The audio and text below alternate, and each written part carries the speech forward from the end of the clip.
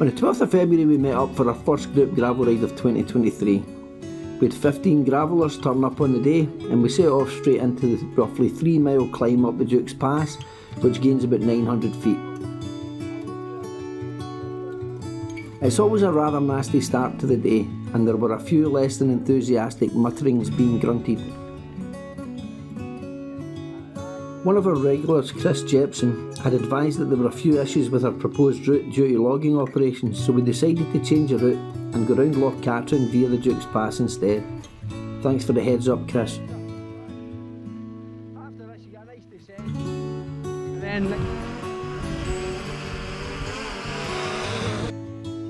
This really is a beautiful place to cycle, and I think the drone's perspective highlights that.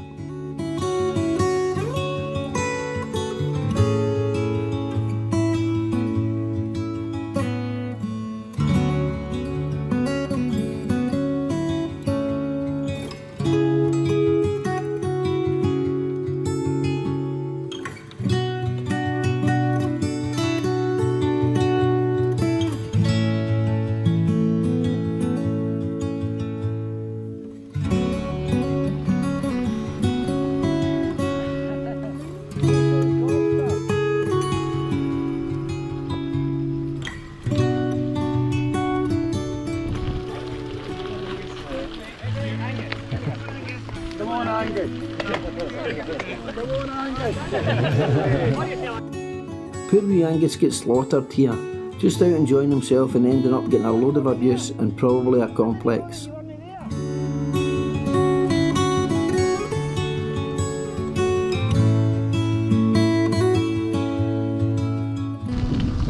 Up at Aberfoyle today, we've got a good group out, we've got 15 bodies, so happy with that. And it's a nice wee day for it, considering it's February.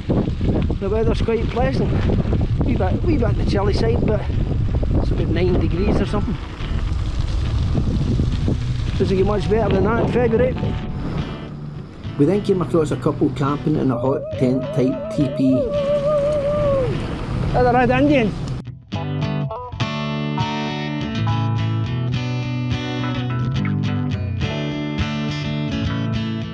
It's always a pleasure to skirt Loch Drunkie, and as quite a few of the group were cycling this route for the first time, it was great to introduce them to it.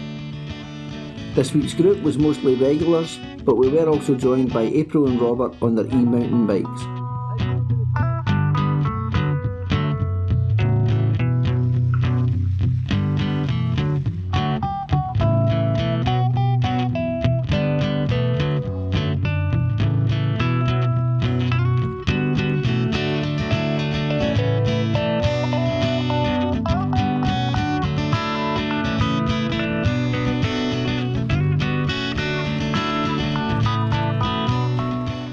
After our descent off the Duke's Pass, we cut out onto the bottom of the road, skirted Loch Atry and cut in past the Loch Atry Hotel towards Loch Katrine.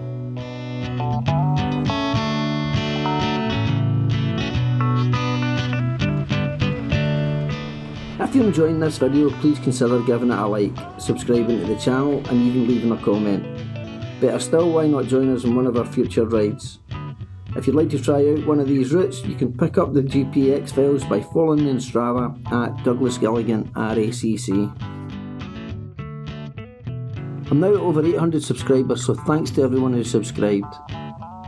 There's quite a lot of work goes into making the videos, but it's encouraging to see the numbers going up. The water was super glassy and perfect for the passengers enjoying the cruise in the loch here. I had the drone up at this point and I had to get a chase on to catch up with the rest of the group as I passed this young future cyclist. When I did catch up, I just missed the history lesson, which I think was delivered by Mike.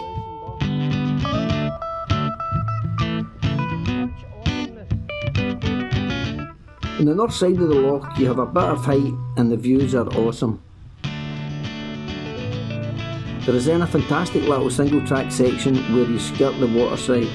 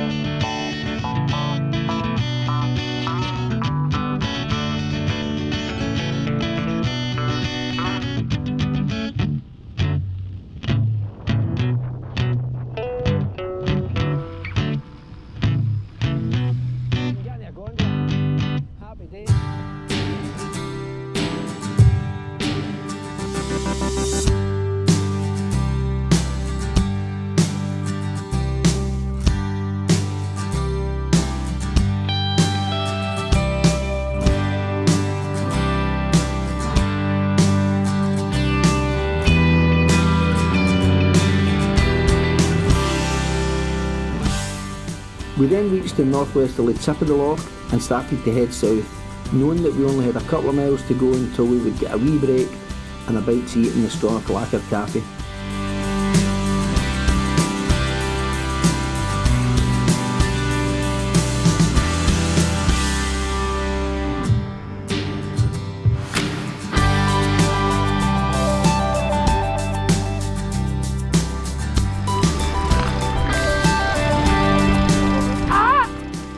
The cafe, which is located in a beautiful spot, has new owners, and we were all very impressed with both the quality and selection of the fare on offer and with how well they coped with 15 hungry cyclists arriving en masse.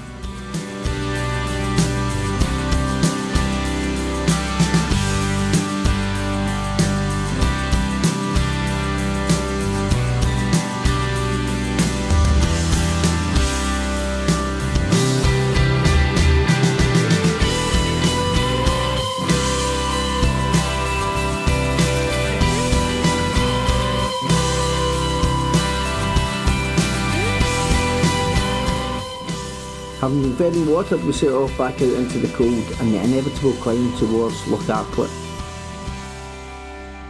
We decided to take the road back to Aberfoyle, but Malky added in a little climby gravel section which was new to us and gave us an elevated perspective over the loch looking west towards Loch Lomond.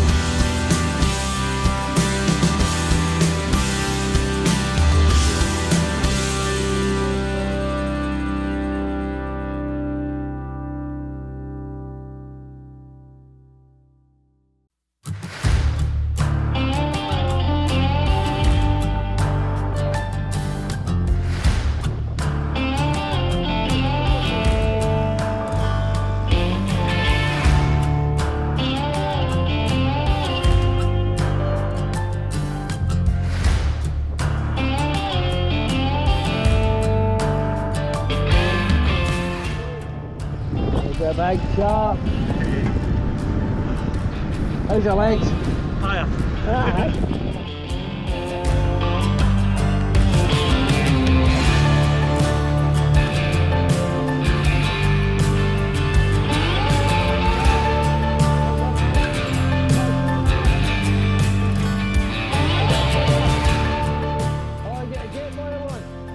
Judging by the smells and the faces in the car park, everyone had seemed to enjoy their day. And right by the numbers, we covered a lumpy 36 miles with 3,200 feet of climbing.